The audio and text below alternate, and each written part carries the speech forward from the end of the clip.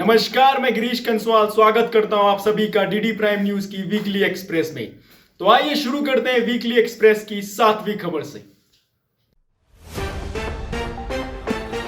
Corona virus से त्रस्त economy को एक और बूस्टर देते हुए भारतीय रिजर्व बैंक ने रेपो रेट में और कटौती का ऐलान किया। रेपो रेट में 40 बीपीएस की कटौती कर दी गई है, जिसके बाद नया रेट 4% हो गया है। इतनी ही कटौती रिजर्व रेपो रेट में की गई है, जो कि अब 3.25% हो गया है। इस कदम से आपकी ईएमआई का बोझ कुछ कम होगा। साथ ही ईएमआई मोराटोरियम को लेकर 3 महीने आगे बढ़ा दिया गया है। कोरोना के लॉकडाउन के बाद से यह तीसरी बार है जब आरबीआई ने कराहती इकोनॉमी को देखते हुए राहतों का ऐलान किया है। सबसे पहले 27 मार्च को और अब उसके बाद 17 अप्रैल को आरबीआई ने कई तरह की राहतों का ऐलान किया था, जिसमें ईएमआई मोराटोरियम जैसे बड़े ऐलान किए गए थे। 27 मार्च को किए गए मोराटोरियम को अब 3 महीने के लिए बढ़ा दिया गया है। 3 महीने के लिए दिए गए हर तरह की राहत को अब और 3 महीने के लिए बढ़ा दिया गया है, यानी मोराटोरियम 1 जून से 31 अगस्त तक के लिए बढ़ा दिया गया है। आपको और 3 महीने के लिए लोन की किस्त टालने का ऑप्शन मिल गया है। आरबीआई गवर्नर शक्तिकांत दास ने जीडीपी को लेकर चिंता जताई और कहा कि वित्त वर्ष 2020 और 21 में ग्रोथ नेगेटिव टेरिटरी में रह सकती है। उन्होंने कहा कि सबसे बड़ा झटका प्राइवेट कंजप्शन को लगा है। कंज्यूमर ड्यूरेबल्स का प्रोडक्शन मार्च 2020 में 33% घट गया है। वहीं मार्केटाइज एक्सपोर्ट 30 साल के सबसे खराब स्तर पर पहुंच गया है। दास ने कहा, साल की पहली छमाही में महंगाई उच्च स्तर पर रह सकती है, लेकिन दूसरी छमाही में इसमें गिरावट आने की उम्मीद है। तीसरी चौथी छमाही में यह 4% से नीचे आ सकती है। पिछले दिनों प्राइवेट स्कूलों के लॉकडाउन के दौरान फीस मांगने और फीस के लिए बार बार मैसेज भेजने पर हाईकोर्ट ने रोक लगा दी थी।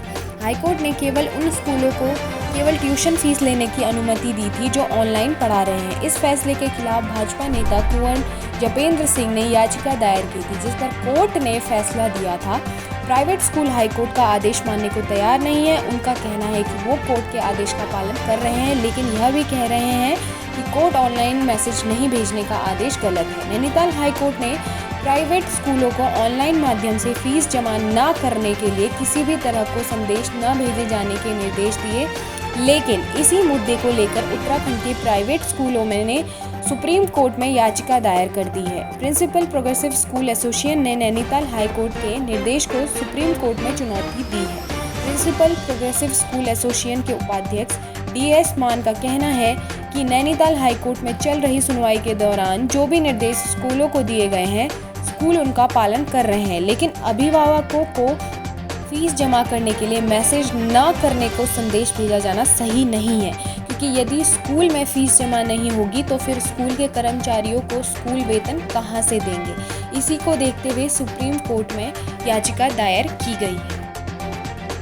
उत्तराखंड में स्मैक तस्करों ने उत्पात मचा रखा है। देश में लॉकडाउन लगा है, लोगों को अपनी जान की पड़ी है, लेकिन नशा कारोबारियों ने लॉकडाउन को मुनाफा कमाने का मौका समझ लिया है। स्मैक तस्करी के लिए ऐसे ऐसे जुगाड़ लगाए जा रहे हैं जिनके बारे में सुनकर आप भी हैरान रह जाएंगे। मामला देहरादून का है।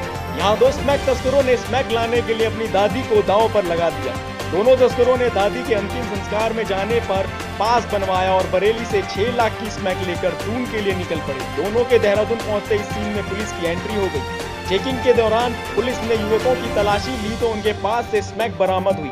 बरामद स्मैक की कीमत करीब 6 लाख रुपए है। पुलिस ने दोनों तस्करों को गिरफ्तार कर लिया है। जानकारी के मुताबिक पटेल नगर पुलिस मातावाला बाग के पास गाड़ियों की चेकिंग कर रही थी। शक होने पर पुलिस ने एक वाहन को रोका।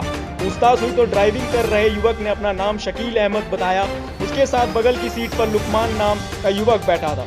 पुलिस को देख दोनों बुरी तरह घबराए हुए थे। तलाशी लेने पर दोनों के पास से 6 लाख रुपए की 120 ग्राम स्मैक मिली।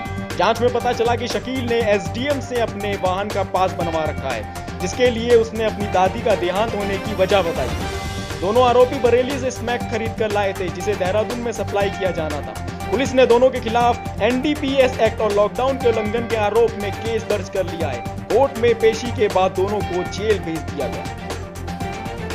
अन्य राज्यों से उत्तराखंड लौट रहे प्रवासियों के साथ लगातार हादसे हो रहे हैं। पिछले दिनों हुए सड़क हादसे में कई प्रवासी अपनी जान गंवा चुके हैं। ऐसा ही एक दुखद मामला अल्मोड़ा का है। यहाँ दिल्ली से प्रवासियों को लेकर रानीखेत आ रही कार गहरी खाई में जा गिरी। हादसे में कार ड्राइवर की मौत हो गई, जबकि दूसरे अन्य लोग सुरक्षित बताए जा रहे हैं। हादसा रानीखेत के अशोक द्वार से करीब 300 मीटर आगे गनियादोली मोटर मार्ग पर हुआ, जहां एक कार बेकाबू होकर सड़क से नीचे गहरी खाई में जा गिरी। हादसे में गाड़ी का ड्राइवर बुरी तरीके से घायल हो गया। आसपास के लोग उसे तुरंत अस्पताल ले गए, लेकिन अस्पताल पहुंचने से पहले ही उसकी मौत हो गई। अस्पताल पहुंचने में डॉक्टरों ने उसे मृत घोषित कर दिया। हादसे में मरने वाला ड्राइवर का नाम महेंद्र सिंह रौतेला है। वो रानीखेत के पुनली गांव का रहने वाला था। महेंद्र की उम्र सिर्फ 30 साल थी। जब से महेंद्र की मौत हुई तब से उसके संपूर्ण घर में कोहराम मचा हुआ है। गांव में मातम पसरा हुआ है। पुलिस ने बताया कि महेंद्र सिंह के कुछ जानने वाले दिल्ली में रहते हैं। हादसे के वक्त वो उन्हें दिल्ली से लेकर रानीखेत लौट रहा था। कार रानीखेत के रहने वाले 32 वर्षीय सुंदर मावड़ी, उनकी पत्नी मंजू मावड़ी व 6 साल का बेटा और 6 महीने की बेटी सवार थी। सुंदर मावड़ी का परिवार खंडखाल गांव में रहता था। कार में सवार सभी लोग रानीखेत पहुंचने ही वाले थे कि तभी गनियादोली मोटर मार्ग के पास ड्राइवर ने वाहन पर से नियंत्रण खो दिया। बेकाबू कार खाई में जा गिरी। हादसे में ड्राइवर महेंद्र की मौत हो गई, जबकि दूसरे सभी कार सवार सुरक्षित हैं। छात्रवृत्ति घोटाले में सस्पेंड चल रहे समाज कल्याण विभाग के संयुक्त निदेशक गीताराम नौटियाल को कुछ दिन पहले ही फिर से बहाल किया गया था, लेकिन अब फिर से सस्पेंड कर दिया गया है। निलंबन बहाली के आदेश को सरकार ने निरस्त कर दिया है। न्यायालय से जमानत पर यह नौटियाल को 6 महीने बाद शासन ने उनके मूल पद पर तैनाती दी थी। बहाली को अदालत से आने वाले अंतिम निर्णय के अधीन रखा गया। नौटियाल को समाज कल्याण निदेशालय हल्द्वानी में तैनाती भी दी थी। एसआईटी ने 19 नवंबर 2019 को शासन को नौटियाल पर केस दर्ज होने की जानकारी दी। सूचना प्राप्त होने के बाद नौटियाल को बैकडेट से निलंबित कर दिया गया था। नौटियाल को 1 नवंबर 2019 को देहरादून में जिला न्यायालय में पेश कर 14 दिन की न्यायिक अभिरक्षा पर जेल भेज दिया गया था। इस दौरान नौटियाल के उच्च न्यायालय में जमानत की अर्जी दी। दिसंबर 2019 को अदालत से जमानत मिल गई। नौटियाल ने 30 दिसंबर 2019 को शासन से अपनी बहाली का अनुरोध किया। उत्तरांचल सरकारी सेवक अनुशासन एवं अपील नियमावली 2003 के प्रावधानों के तहत नौटियाल को सशर्त सेवा में बहाल करने का निर्णय लिया गया था, लेकिन अब उनको फिर से निलंबित कर दिया गया है। इंसानियत को शर्मसार कर देने वाली ये घटना हल्द्वानी से सामने आई, जहां पर दुष्कर्म पीड़िता नाबालिग ने अस्पताल में इलाज के दौरान दम तोड़ दिया। दुष्कर्म के सदमे ने उसे इस कदर तोड़कर रख दिया था कि उसे मौत जिंदगी से बेहतर लगने लगी। दुष्कर्म से आहत होकर नाबालिग ने आत्महत्या करने का प्रयास किया था। पीड़िता के परिजन उसे गंभीर हालत में अस्पताल लाए थे, जहां पर वो 22 दिन तक जिंदगी और मौत के बीच झूलते रही और आखिरकार शरीर और मन में लगे जख्मों को लेकर उसने इस दुनिया को अलविदा कह दिया। एसटीएस में इलाज के दौरान नाबालिग की मौत हो गई। इस मामले में पुलिस आरोपी को पहले ही गिरफ्तार कर चुकी है। पीड़िता की मौत के बाद उसके खिलाफ धारा 306 और बढ़ाई जाएगी। पीड़िता किशोरी पिथौरागढ़ के मुंशियारी की रहने वाली थी। वो 10वीं में पढ़ रही थी। मन में कुछ बड़ा करने की चाह रखने वाली बीते 30 अप्रैल को उसने अचानक खुद पर आग लगा ली।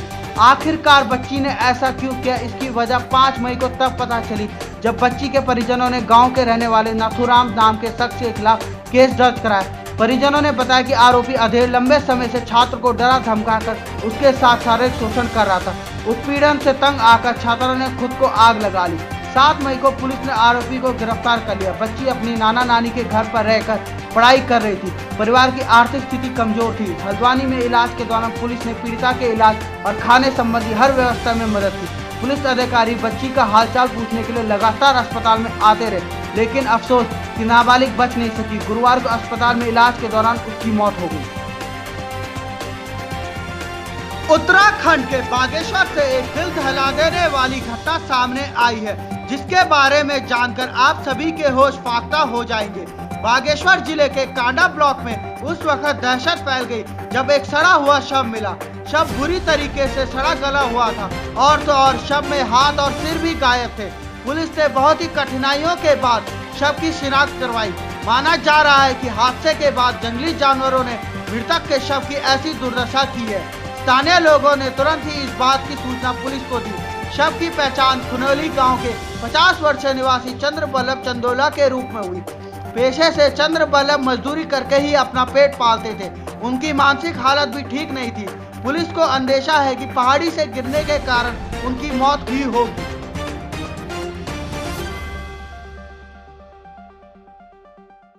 डीडी प्राइम न्यूज़ भी आपसे अपील करता है कि घर पे रहिए और सुरक्षित रहिए।